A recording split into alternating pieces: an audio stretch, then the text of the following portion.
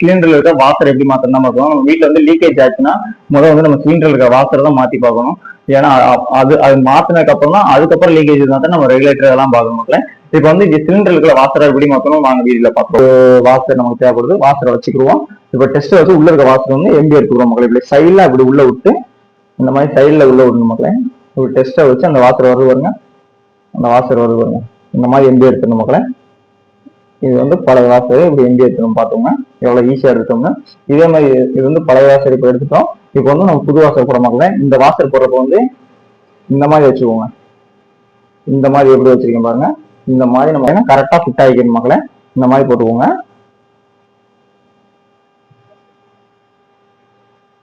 அப்படியே அதே சைஸ்ல வந்து உள்ள துணிச்சுவோம் மகளே.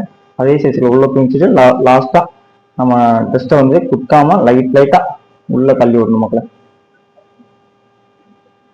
பாருங்க இப்ப எவ்வளவு அழகா உள்ள வாசர் போட்டோம் பார்த்துக்கோங்க. பாருங்க மகளே, உள்ள இப்படி சூப்பரா வாசர் போட்டுருக்க பாருங்க. இதே மாதிரி உங்க வீட்லயும் சிலிண்டர் வந்து வாசர் மாத்தினா நீங்களே ஈஸியா மாத்திக்கலாம் மக்களே. வீடியோ பார்த்தவங்க நன்றி மகளே. நம்ம கடைக்கு வந்து சப்ஸ்கிரைப் பண்ணிக்கோங்க.